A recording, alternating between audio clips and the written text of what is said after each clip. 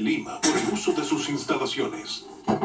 Estamos de regreso con esta hora de Cala en la política desde Lima, Perú, año electoral, y quiero dar la bienvenida al candidato presidencial peruano Julio Armando Guzmán Cáceres, líder del partido político Todos por el Perú. Bienvenido y gracias por estar con nosotros aquí sentado. Buenas noches, Ismael. Muchísimas gracias por tenerme acá. Bellísima Plaza Mayor o Plaza de Armas de noche. Espectacular. Bueno, y de día también, pero digo, ahora estamos disfrutándola de noche. Así, espectacular recordar que Lima fue el centro del poder político en muchísimos años atrás, y esto es lo que representa es la belleza justamente de nuestra arquitectura y de lo lindo que es Lima como capital. Así es. Bueno, estamos en año electoral y usted, Julio, representa una opción diferente dentro de la política y el panorama de candidatos presidenciales este año 2016. ¿Por qué hace la diferencia Julio Guzmán con el resto de los candidatos? ¿Qué trae usted diferente a ellos? A ver, acá hay un sentimiento primero de la ciudadanía en general y otro es el enfoque, es decir, nuestra propuesta. Creo que los peruanos el día de hoy quieren transitar a la modernidad, quieren pensar en el futuro, quieren ya no más de lo mismo, recordar que en los últimos 30 años hemos sido gobernados por las mismas personas, por las mismas ideas, que son los mismos que están ahora candidateando. Entonces ahora en donde aparece una nueva opción, con una mirada de futuro, que además significa una renovación en la política nacional. Nosotros somos nuevos en política, además por la edad que tenemos, que representa justamente la mayoría de la población peruana, el 60% es una población muy joven. Eso ha sido un factor muy importante. El otro factor es nuestro enfoque, nuestra propuesta. Nosotros partimos de una frase. Desde niños nos han dicho que el Perú es un mendigo sentado en un banco de oro. ¿El Perú es un mendigo sentado en un banco de oro. ¿Y si desde niño escuchaba eso usted? Por supuesto, y todos los peruanos. ¿Y por qué? Por la cantidad de recursos naturales que tenemos. Los últimos gobernantes, en los últimos 30 años, se han obsesionado con el banco de oro, con los recursos naturales. Cuando los países progresan, porque invierten en el talento de las personas. Claro. Entonces tenemos un país como el Perú, que ha venido creciendo 5% en los últimos 15 años, pero la calidad de la educación es muy mala. El sistema de salud ha colapsado. Esas inconsistencias son porque hemos olvidado que el centro de la política pública es el ciudadano y no solamente el capital. Los países progresan no porque acumulan fundamentalmente capital, sino porque acumulan talento. Y ahí es donde nosotros apuntamos, la revolución educativa en el Perú. Revolución educativa.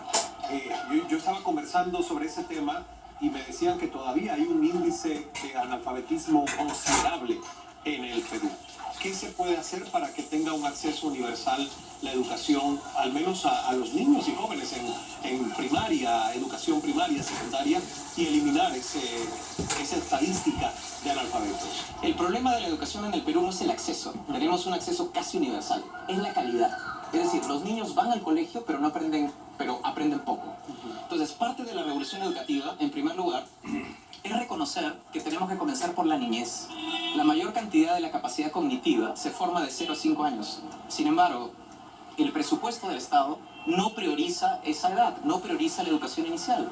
Además, en el Perú, la estimulación temprana no está combinada con salud ni con nutrición. La evidencia científica nos muestra que cuando tú combinas las tres cosas es cuando generas el desarrollo de las capacidades. En el Perú eso no existe. Y un tercer elemento es que la mayoría del personal que atiende a nuestros niños es personal no profesional y recibe un sueldo de 200 soles al mes, que equivalente a dólares son $30 al mes. Tú te puedes imaginar un país como el Perú, que se jacta de ser uno de los que más crece en el mundo en los últimos 15 años, donde estas cosas ocurran. O sea, es el mundo al revés. En primaria y secundaria es una situación distinta, en donde el problema de la calidad es el profesor. El profesor gana muy bajo, es una de las profesiones en el Perú que ganan menos. Y eso tenemos que ir elevando los sueldos de los profesores, pero también luchar con la deserción. Un país como el Perú, que nuevamente es el centro de atención del mundo por el crecimiento económico, por la disciplina fiscal, 14% de los alumnos se van del colegio, deserción escolar. ¿Y dónde terminan? En las calles, en el crimen, en la delincuencia. Y finalmente, la educación superior. Los jóvenes, el día de hoy, no tienen la calidad de las universidades. Las universidades peruanas están últimas en el ranking latinoamericano. Y eso significa que tenemos que apostar por la universidad pública, ponerle innovación, ciencia, tecnología, mayor atención del Estado. Nosotros nos estamos concentrando en toda la cadena. desde el niño que recién nace hasta el joven que tiene la oportunidad de ir a la universidad o una formación técnica. ¿Qué le hace a usted? ¿Cuántos años tiene? 45. Más joven que yo, un año menos que yo. ¿Qué le hace a usted querer involucrarse en la vida política? Porque estábamos conversando fuera de cámaras, que yo no sabía, y me decía que a usted le gustaba cantar. Siempre le gustó cantar. Siempre. Pero luego quiso estudiar una carrera, y esa carrera, para tener un título, fue economía. Correcto. Y ahora termina, en estos días que estamos grabando, está en segundo lugar en la mayoría de las encuestas, algo que ya a otros candidatos le preocupa mucho, por supuesto. Pero ¿qué le hizo del canto, la economía, pensar en la política y en ser presidente del país? Primero, el reconocer que yo al principio no quería ser economista, quería ser cantante. Pero la situación del Perú cuando yo tenía 17, 18 años, cuando salí del colegio, era terrible. Era una locura decir yo quiero ser cantante. Todo el mundo esperaba quiero ser ingeniero, abogado, economista, etc. Yo comencé a estudiar economía sin saber lo que era, presionado por la situación económica de mi país, pensando que de esa forma iba a poder sacar adelante a mi familia. Estando ahí como economista, me enamoré de mi carrera y comencé a trabajar en temas públicos. Hice mi maestría en la Universidad de Georgetown, en Washington, en políticas públicas. He hecho mi doctorado en la Universidad de Maryland, en políticas públicas, también en los Estados Unidos. He sido profesor de la Universidad de Georgetown por 2 años, profesor adjunto en políticas públicas. He trabajado 10 años en el Banco Interamericano de Desarrollo en Washington, asesorando a varios países. Y después he sido viceministro de Perú, primero viceministro de Pequeña y Mediana Empresa, y luego el secretario general de la Presidencia del Consejo de Ministros, que es una suerte equivalente de viceprimer ministro o algo parecido.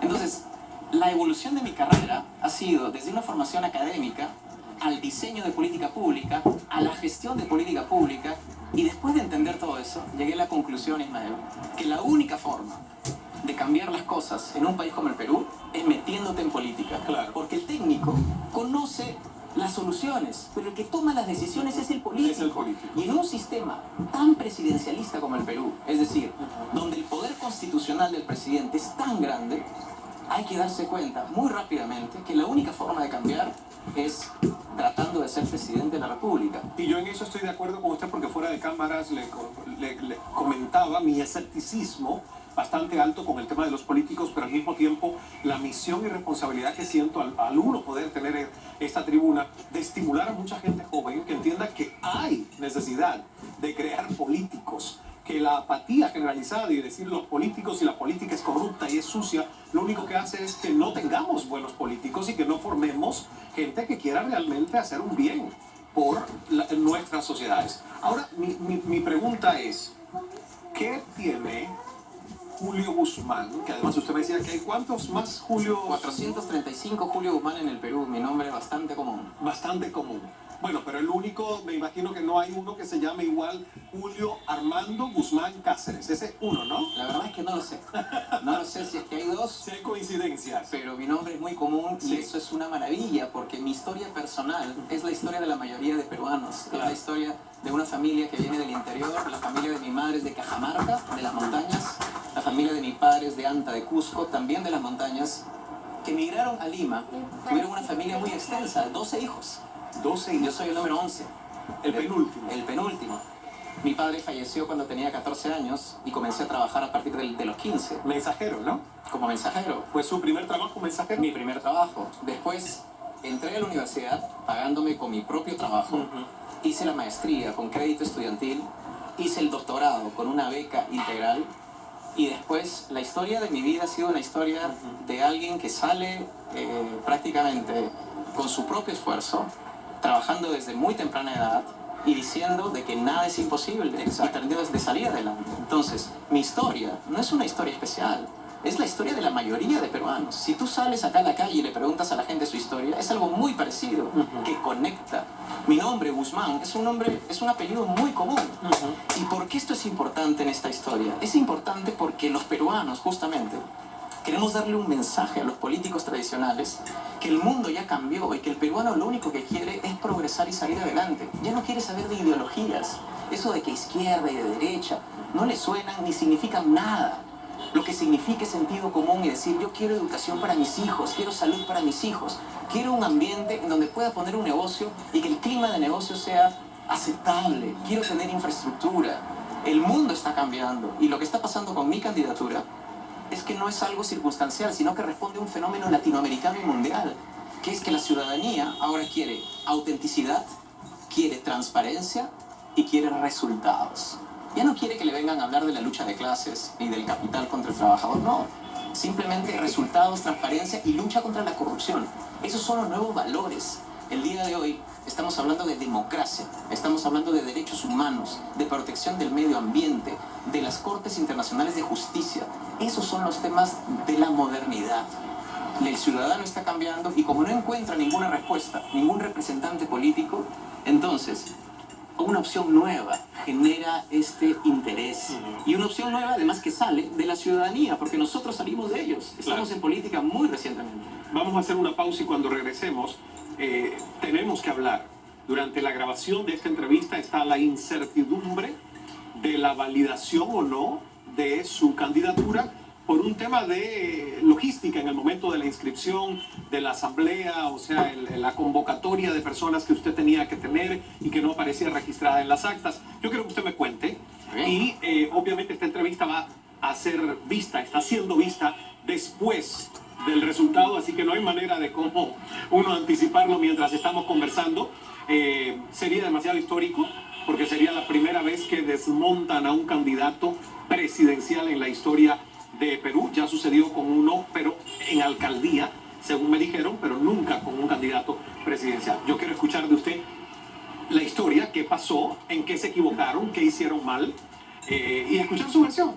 Y también, sí está de puntera Keiko Fujimori, y la da como favorita hasta este instante que nosotros estamos grabando en Perú, casi todas las encuestas y hasta simulacro de intención de voto donde usted ha quedado segundo. ¿Qué tiene Keiko Fujimori que sigue siendo la favorita y cómo usted puede acercar esa brecha a Keiko Fujimori para ganar en una primera vuelta? Me contesta al regreso. Seguida por